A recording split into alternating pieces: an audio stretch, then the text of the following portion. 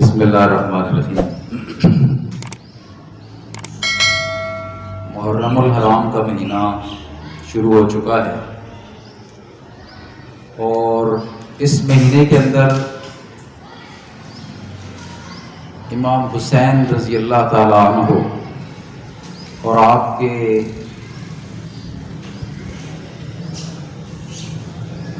ساتھ آپ کی فیملی ممبرز اور دوسرے دوست احباب نے جو بہت بڑی قربانی پیش کی۔ یہ ایسی بات ہے کہ جس کو سرسری نہیں لینا چاہیے۔ یہ انسانی تاریخ کا ایک ایسا واقعہ ہے کہ جو انتہائی سبق آموز ہے اور رسول اللہ صلی اللہ علیہ وسلم کی امت کے لیے ایک ایسا میسج ہے کہ جس کو ہمیں کبھی بھولنا نہیں چاہیے۔ ہم لوگ صرف واقعات کو پڑھتے اور سنتے ہیں اور واقعات کو دیکھ کر سن کر ہم افسوس کا اظہار بھی کرتے ہیں اور محافل اور مجالس بھی منعقد ہوتی ہیں۔ ان ساری چیزوں کا فائدہ اپنی جگہ، لیکن اصل جو میسج ہوتا ہے بدقسمتی سے ہم اس پر غور نہیں کرتے۔ میں ہمیشہ بچوں سے کہتا ہوں کہ نماز، روزہ، حج، زکوٰۃ یہ عبادات ہیں اور یہ عبادات ہم سر انجام دیتے ہیں، لیکن ان کی روح سے ناآشنا ہیں۔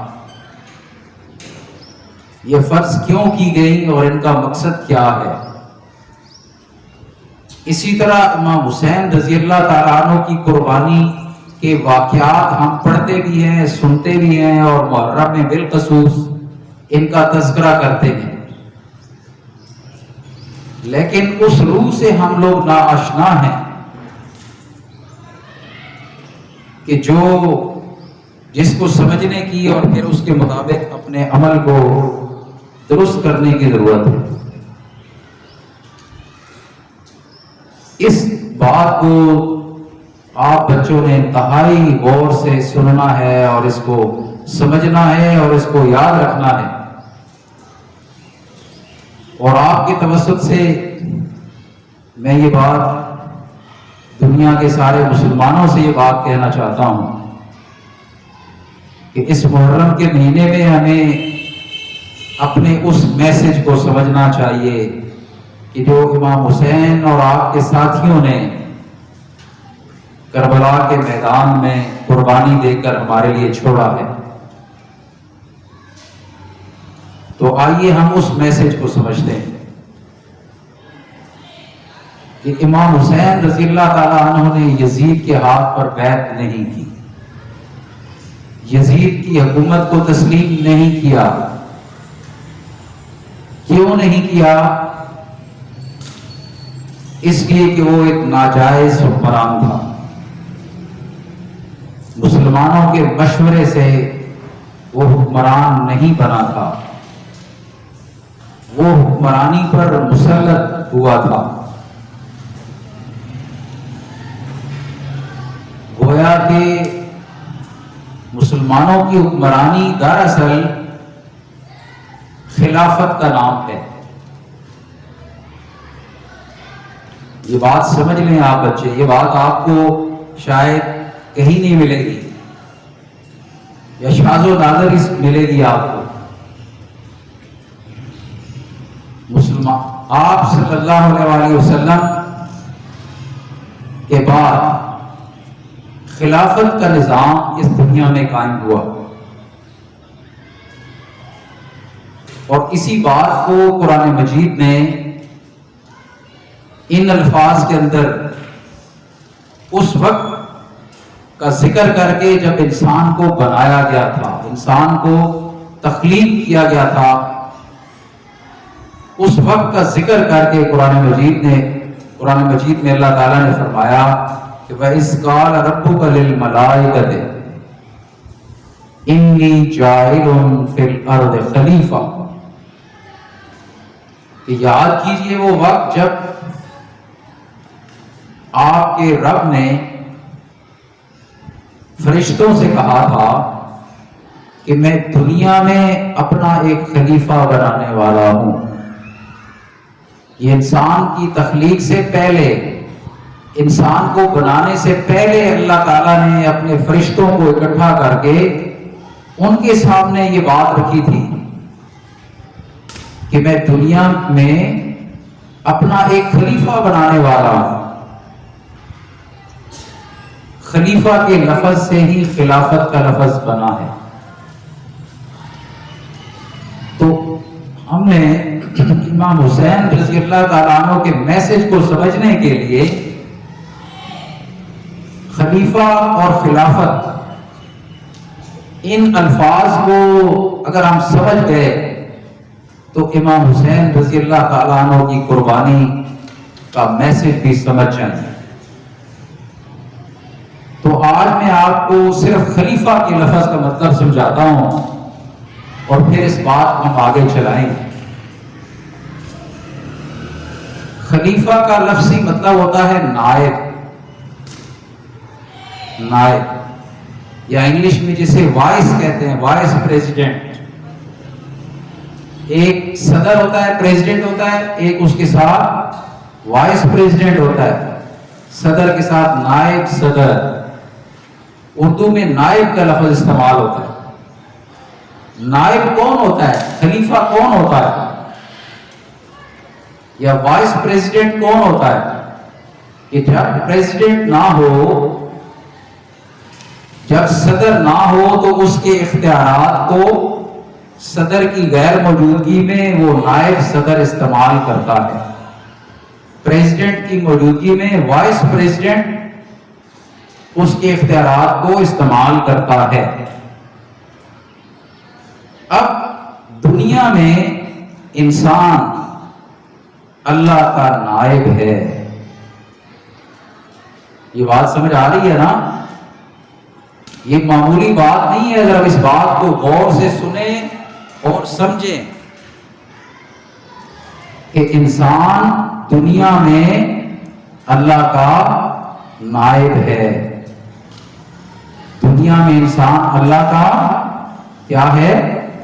نائب ہے، خلیفہ ہے۔ خلیفہ یہ لفظ کیا ہے؟ اگر سارے بچے بولیں کیا لفظ ہے؟ خلیفہ۔ کیا لفظ ہے؟ اونچا بولیں، خلیفہ۔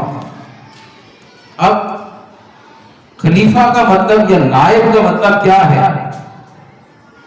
کہ دنیا میں اللہ تعالیٰ نے اپنے بہت سارے اختیارات ہمیں دے دیے ہیں۔ اب آپ دیکھیے کیسے دیے ہیں ہمیں اختیارات۔ بھئی آپ اچھا کام بھی کر سکتے ہیں، غلط کام بھی کر سکتے ہیں۔ اختیار دیا ہے نا اللہ نے آپ کو۔ آپ اپنی زبان سے تلاوت بھی کر سکتے ہیں اور چاہیں تو آپ اسے گالی بھی دے سکتے ہیں جو نہیں دینی چاہیے۔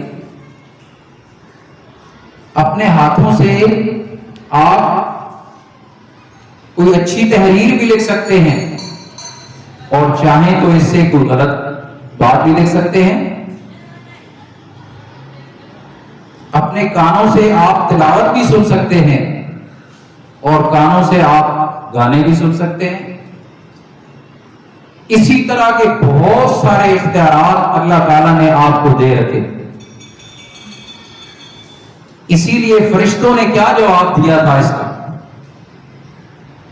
اللہ تعالیٰ کو قرآن مجید میں ہی آتا ہے کہ جب اللہ نے فرمایا کہ میں دنیا میں اپنا ایک نائب اور خلیفہ بنانے والا ہوں جس کو میں اپنے اختیارات دوں گا کہ دنیا میں چاہے تو اچھے کام کرے اور چاہے تو برے کام کرے،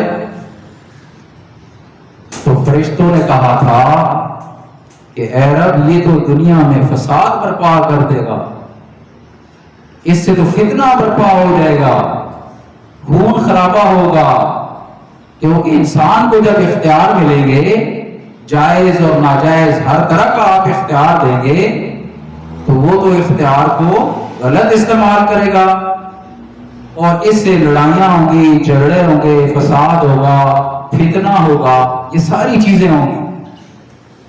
تو اللہ نے فرمایا تھا کہ میرے فرشتوں، جو بات میں جانتا ہوں وہ تم نہیں جانتے۔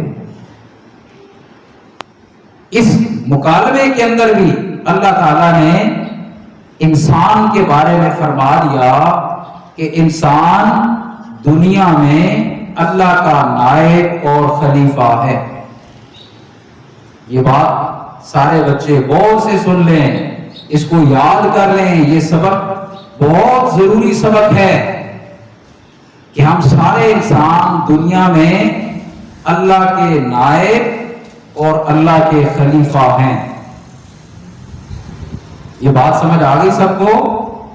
سب بچے بچیاں اس سبق کو یاد کر لیں کہ ہم دنیا میں اللہ کے نائب اور اللہ کے خلیفہ ہیں۔ اور اس کا سادہ زبان میں کیا مطلب ہے کہ اللہ نے جو ہمیں اختیارات دیے ہیں، ان اختیارات کو ہم نے اپنی مرضی کے مطابق استعمال نہیں کرنا، بلکہ اللہ کی بتائی ہوئی مرضی کے مطابق استعمال کرنا ہے۔ یہ ہے خلیفہ کا مطلب، کہ اللہ کے دیے ہوئے اختیارات کو اللہ کی مرضی کے مطابق استعمال کرنے والا اللہ کا خلیفہ ہے۔ یہ بات سمجھ آ رہی سب کو؟ دنیا میں ہر انسان اللہ کا خلیفہ ہے، اور جب دنیا کے سارے انسان اپنے اختیارات کو اللہ کی مرضی کے مطابق استعمال کرنے والے بن جائیں، جس میں ملک کے حکمران بھی شامل ہیں، جس میں ہر اختیار والا بندہ شامل ہے، ان کو اللہ نے جو اختیار دیے ہیں ان کو اپنی مرضی سے استعمال نہیں کرنا کہ غلط ہے، ٹھیک ہے، جائز ہے، ناجائز ہے، سارے استعمال کرتے رہے، نہیں، اپنی مرضی نہیں کرنی۔ اب کسی زمین کے ٹکڑے پر، کسی ملک میں، کسی ریاست میں اگر سارے انسان اللہ کے خلیفہ بن جائیں، عام لوگوں سے لے کر حکمرانوں تک، تو اس کو کہتے ہیں خلافت کا نظام۔ میری بات آپ کو سمجھ آ گئی؟ اس کو کہتے ہیں خلافت کا نظام۔